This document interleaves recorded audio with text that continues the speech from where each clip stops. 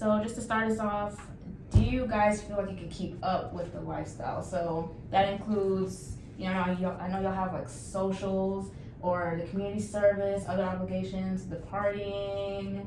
Do y'all feel like you can keep up with that lifestyle, or is it draining for you?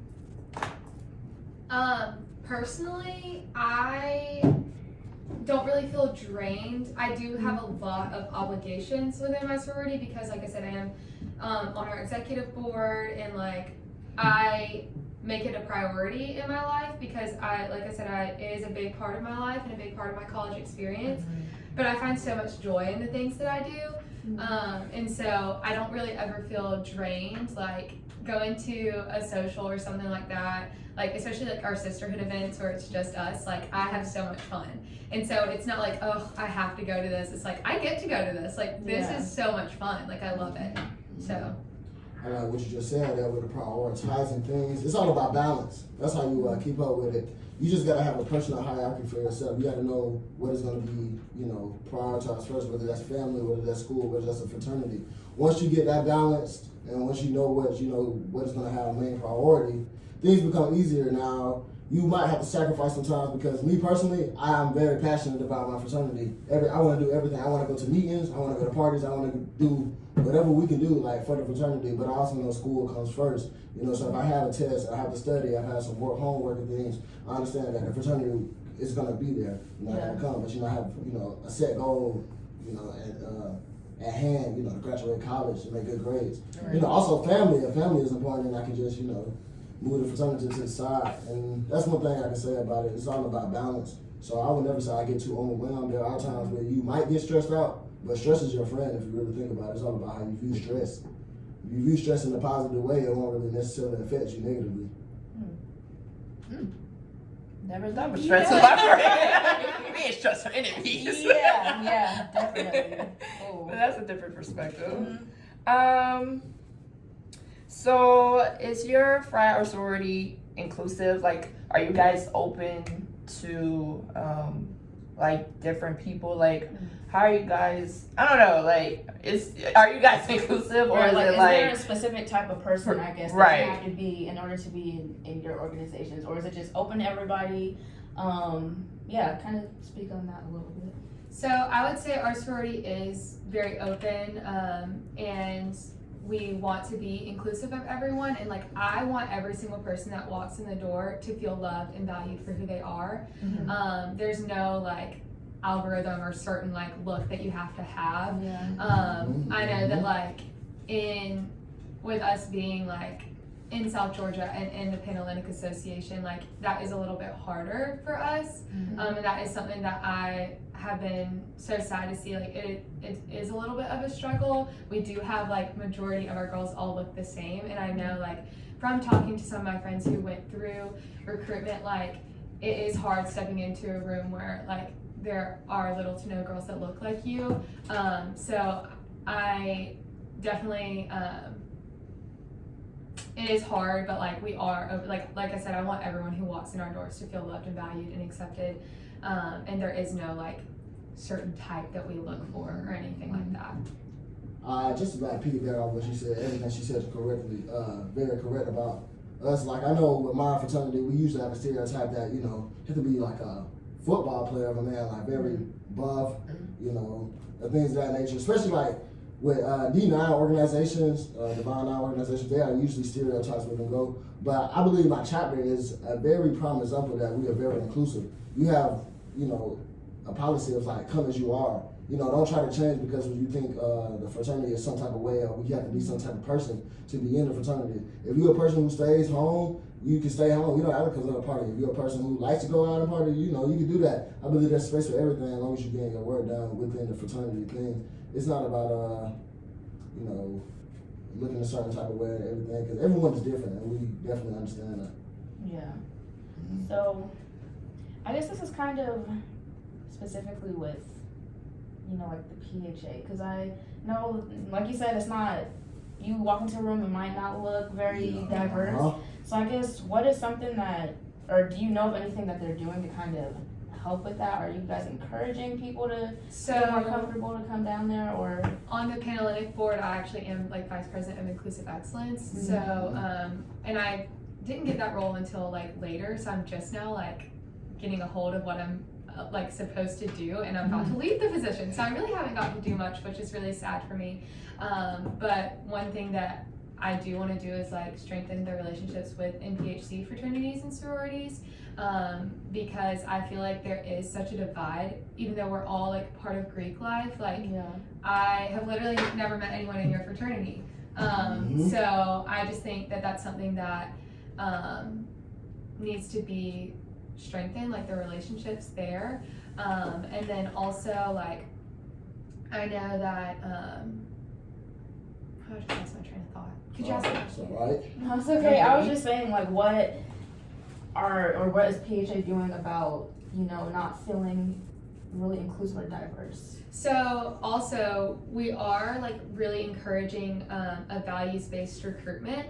So that's what we did this year, where we just really encouraged chapters to not look at a person from the outside and like look at their involvement, like what they like to do, like their personality, just different things like that, and really talk to them during recruitment and listen to them during recruitment, and not just like go based off, oh, they have this many followers on Instagram kind of thing, So we do encourage a values-based recruitment, and I can speak on that for you because I know with the PHA and what is it, IFC?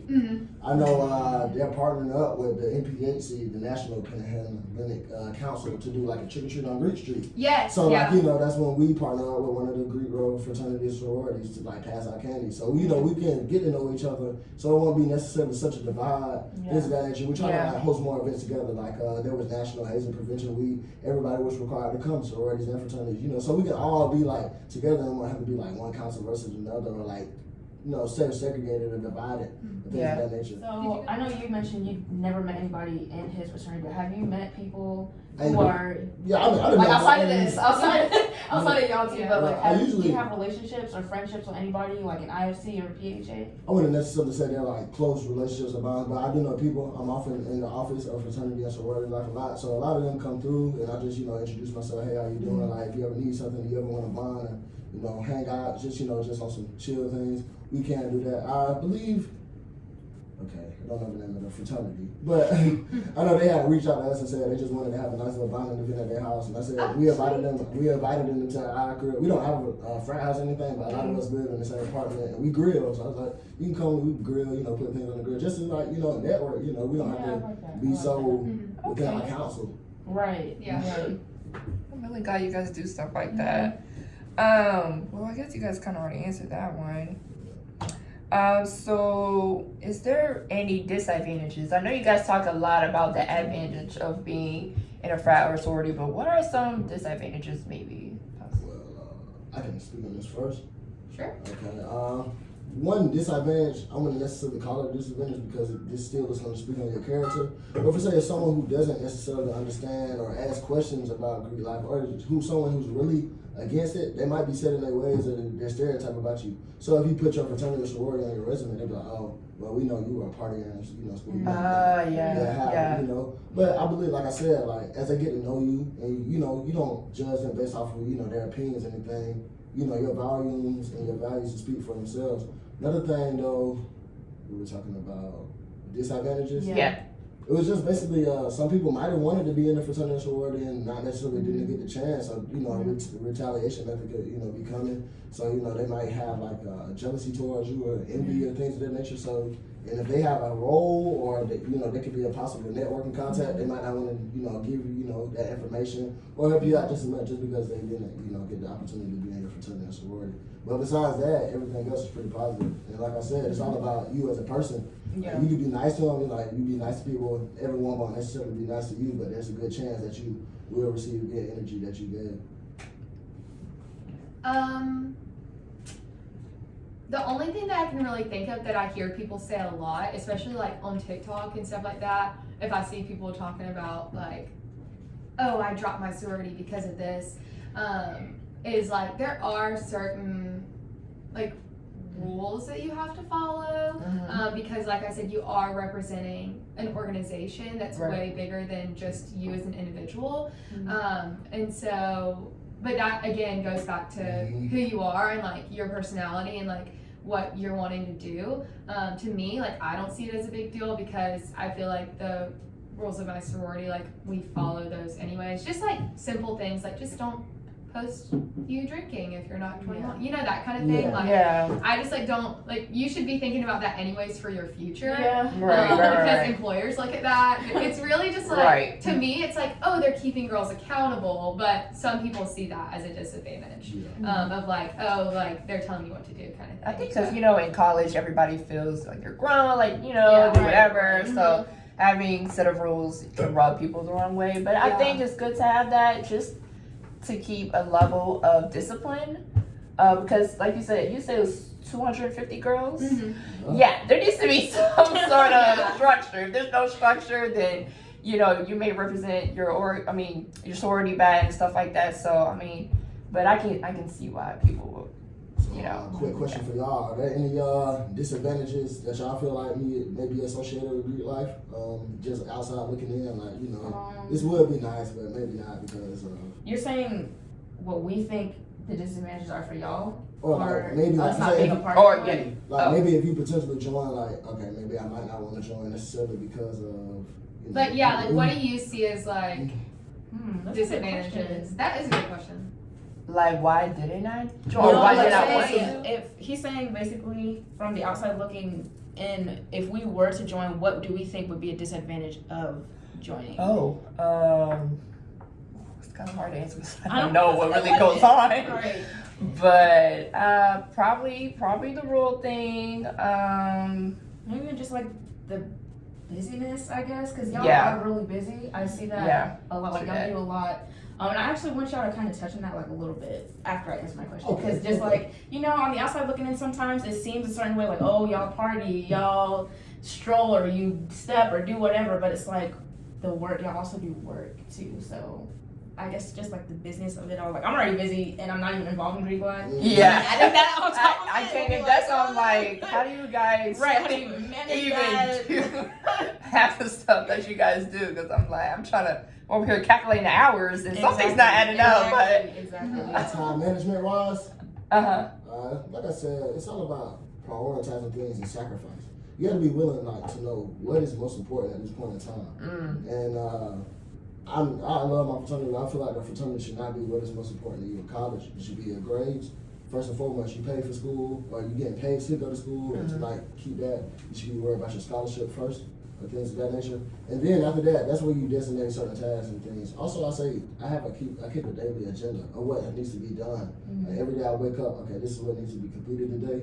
And it's all about time management. Whenever you have some free time, you can be tired, but you just gotta persevere and like basically get your tasks done. And you know, if not, then you know you gotta go harder the next day.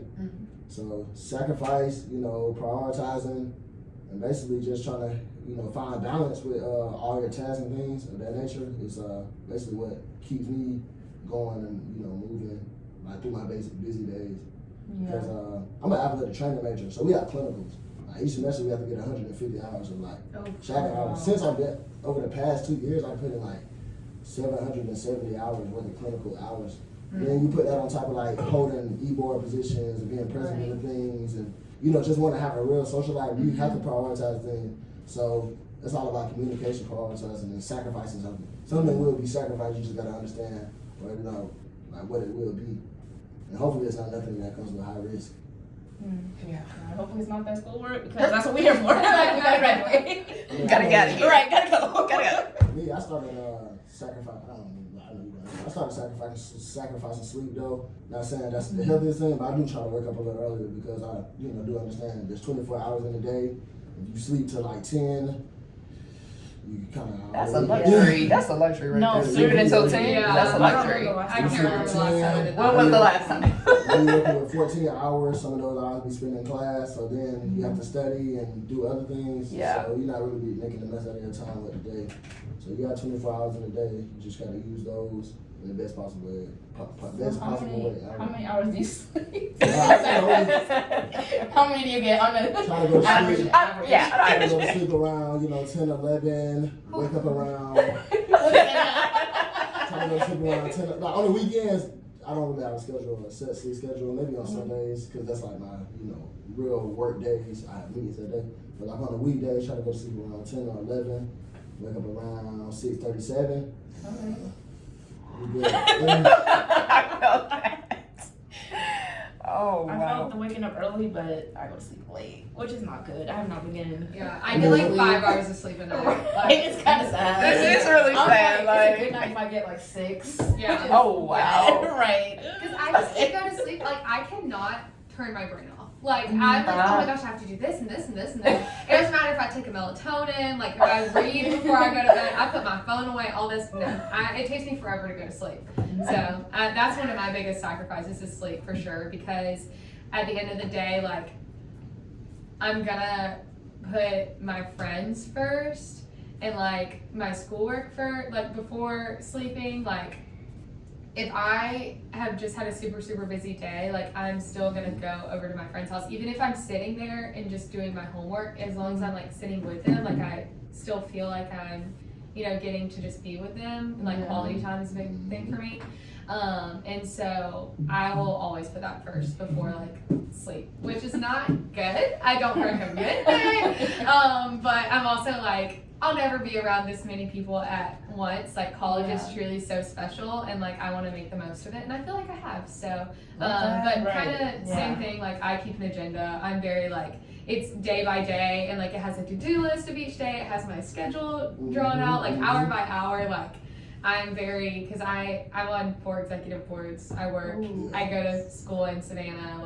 Like So What do you have any stereotypes about frats or sororities or blase? Like, what do you first think of? I wasn't expecting that question. I What do I first think of? Yeah. I'm gonna be completely honest. There's definitely some stereotypes about Judos. your It doesn't have to be them specifically. But I know. I mean, But, yeah. there's well, just in general, I'll just say in general, there are stereotypes. Like, oh, certain ones you don't want to mess with them because you might get played. And I guess like certain, it just, I guess like looking from the outside looking in, sometimes you feel like, oh, these people they might be stuck up or they don't want to be friends with you because they only hang out with this certain group of people. Yeah. So I guess that's kind of a stereotype on my part that I kind of have. I can address some common stigmas and stereotypes based on like mostly all agree life. Just because these are things that have been stressed to us. Some people believe that just because you're Greek, that you're like an elitist or you're on a higher level or upper echelon than most people, when in reality we're normal people just like everyone else.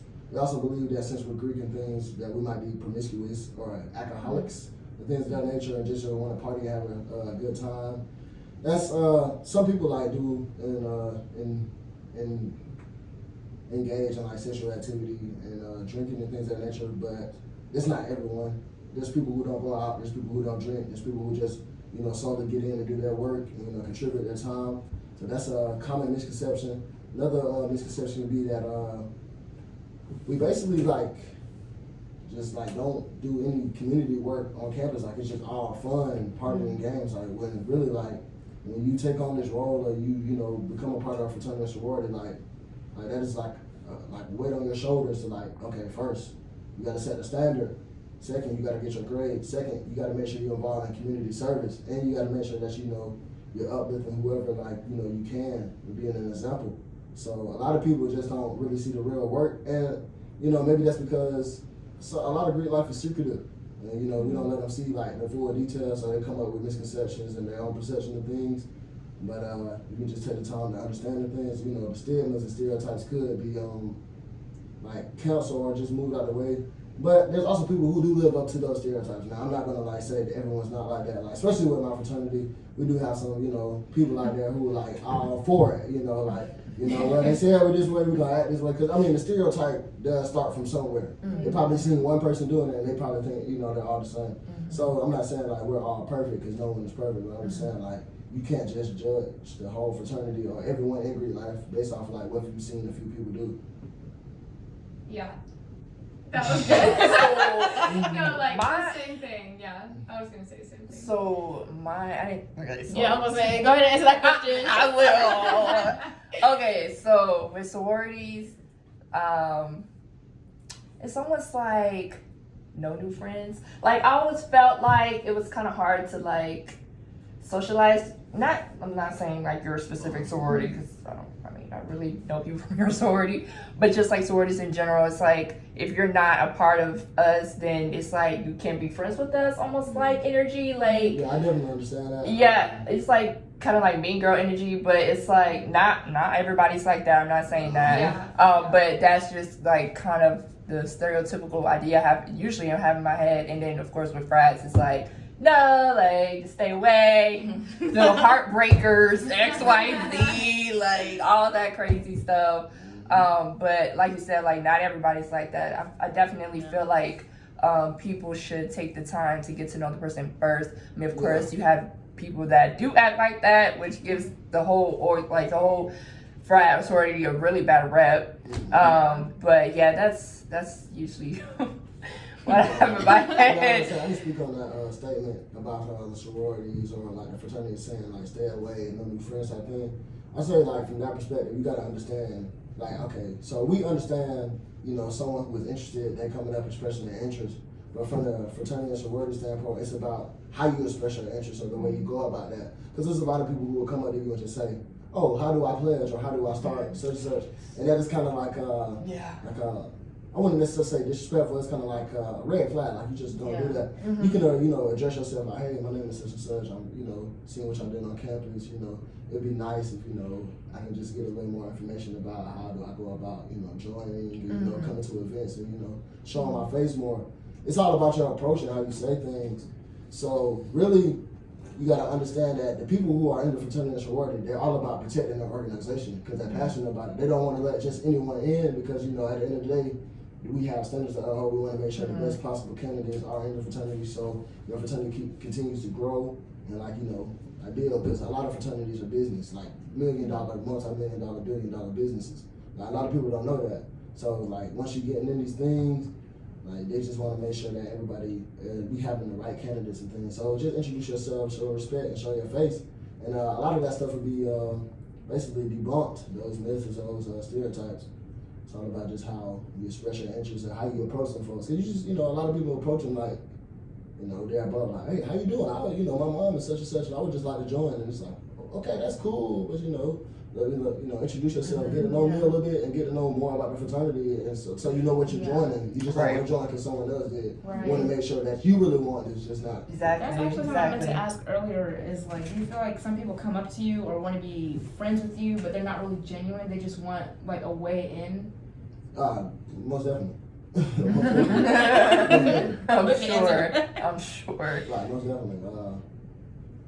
My fraternities, especially you have young men who come up to you and say some, off the wall things like, I want to be a dog myself, and it's just like, it's like okay. They're trying to be discreet, but it's like, right. Well, what do you do about that? Because I mean, at the end of the day, I'm not. I'm not one to judge or like, it is a little wild what the young man said, but I just, y'all probably like, okay. I'm just trying to understand, or, I take it as a teacher, I'm like, okay, he might not know how to approach it. I get what you're saying, man, but, that's a long calm it down. Express your interest, like, or, you just gotta, like, somebody comes to you, you show them the correct way, okay, well, what's your name? And then they might be confused, like, okay, this is not what I expected. Because a lot of people might want to join further, like the stereotype and things. Yeah. And when it comes down to the real work, or they might not understand that this is a business or work, then it's just like, oh, this is not what I really signed up for. Yeah. So, last question before we go to break. Would you want your kids to join your frat sorority, or would you give them that space to pick? Or if they don't want to be involved. Or if they don't want to be involved at all. I would absolutely adore if I had a daughter wanted to be in my sorority, but also like it is totally up to her. Like I know like when the time comes, if I end up having a girl, if she is like wanting to go through recruitment, I'm gonna encourage her. If she doesn't want to, I'm still gonna encourage her to like get plugged in somewhere on campus. Right. Because I just want her to be happy. I'm not gonna be like mad if she is not in my sorority or if she doesn't rush at all. Like it's totally up to her. Like that's just people. You do what you want, you know. Like do what makes you happy. But I would really, really love it because I think there is like a really special bond. Like if my daughter were to be in my sorority, we would also be sisters, and I think that's really cool. Because, like our sorority has been around since 1851. It was the first like sorority founded, and so I mean it just goes that year. I don't have any family that's in Greek life, so I think it would be really cool to like pass that legacy on. But like I said, whatever she wants to do, I'm not worried about it. Yeah, I'm kind of in the same boat as her. Now, a lot of my fraternity brothers, like, we had this conversation a lot, and it's like, well, you know, would you want your son to join your fraternity, or like, if he wanted to join another fraternity, how would he feel? How would you feel, and things of that nature.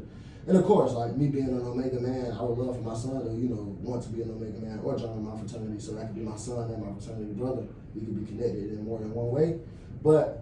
Also, I understand, like, you know, this might not be the fraternity for him. He should do his research, you know, research the values and principles of other fraternities so he can know, okay, this one speaks to me the most. Because I don't want him to make a decision solely based off of what he sees me done. But if he sees the way that I'm living and he likes that, then he wants to join, like, I'm all for it. Would you want your son to join an NPHC fraternity, or would you be okay with him joining an IFC fraternity, do you think? Me personally, I would just be partial to NPHC fraternities and things, just because, like, just kind of what I know. Like, I need to educate myself more on the IFC and PHA and things of that nature, just because, like, he'll be around NPHC. Because I don't know, in y'all fraternities and sororities, like, after y'all graduate, do y'all kind of, like, just... I don't know anything about IFC, if I'm being honest.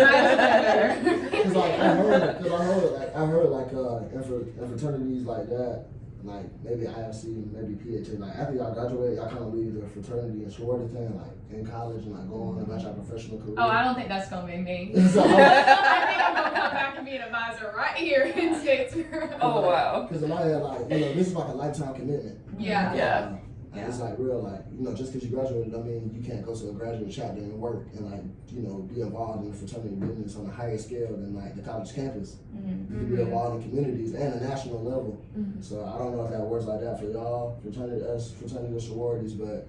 I think it really just depends on the person, because like I said, I'm for sure going to be an advisor wherever I end up. Like, I want to do that. Like, I know now I want to do that, and I know that for me, like, my sorority lasts longer than the 4 years, but everybody's different. And I don't know what IFC, I don't know what they do.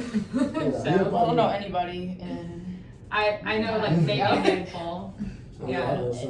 So like growing up in the house with me, like when I get a house and my son, he'll probably see like Omega Psi Phi, you know, decorations in there. He might be interested in it. So, you know, I just tell him to do his research, and you know, if that's what he wants to do, it's good. If that's not what he want to do, he just want to stick to himself and not join. I respect that.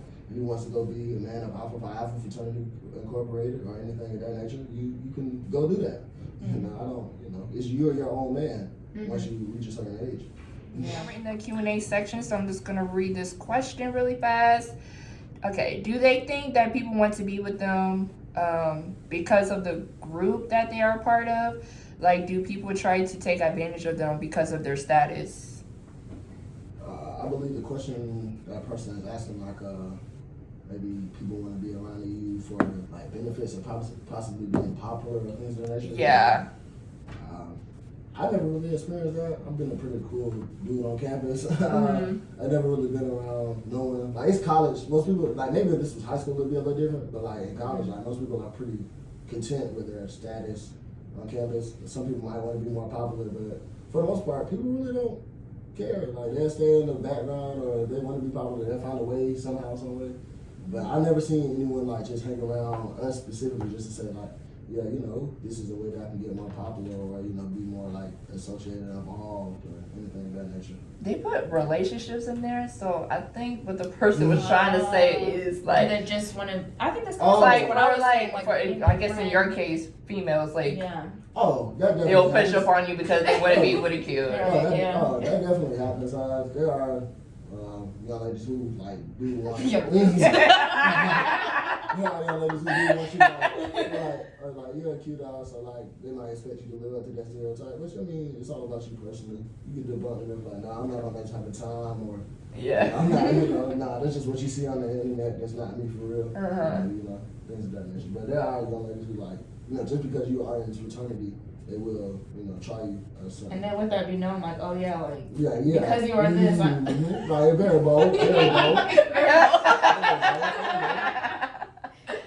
Hilarious. That has not been my experience. That happened to me. I'm so weak. So in your case, No. okay. All right. Well, I think that was the other question. Does anybody else have any questions before we wrap up? Did you guys have any questions, or if you guys want to any final words or anything? I just want to say, appreciate everybody that tuned in. I appreciate y'all for having me on the show, man. This was Absolutely. a great time. I would love to be invited again. I really enjoyed this conversation. Yeah, thank y'all. This was so fun. It was nice to meet you. Thank you guys so much for coming. Yeah. Really appreciate it. Like I said, I like what y'all doing with the whole show, man. Like, this is really good. Also, getting us together, man. Like, I would have never met her before. Right. Yeah. Yeah, I'm glad you guys catch our drift. That's what we always try to do. Like, we're always trying to get people from two different sides of the spectrum to come and discuss and stuff like that. So that's That what was we're all kind about. of Yeah. one of our reasons for starting the show Yeah. in general, because it's just like an open space for everybody to give their perspective. There's no right or wrong answer. Just be Literally. your truth. Just Literally. the naked truth. The naked- Okay, on that note, Lydia, take us out. Oh wow. Okay, well, everybody listening, thank you guys for tuning in. Just thank you again for our guests, Jaden and Lindsay. They were amazing guests, and we really appreciate them coming in. If you're tuning in on the radio, definitely follow us on our social media at The Naked Truth Radio, on Instagram, on TikTok.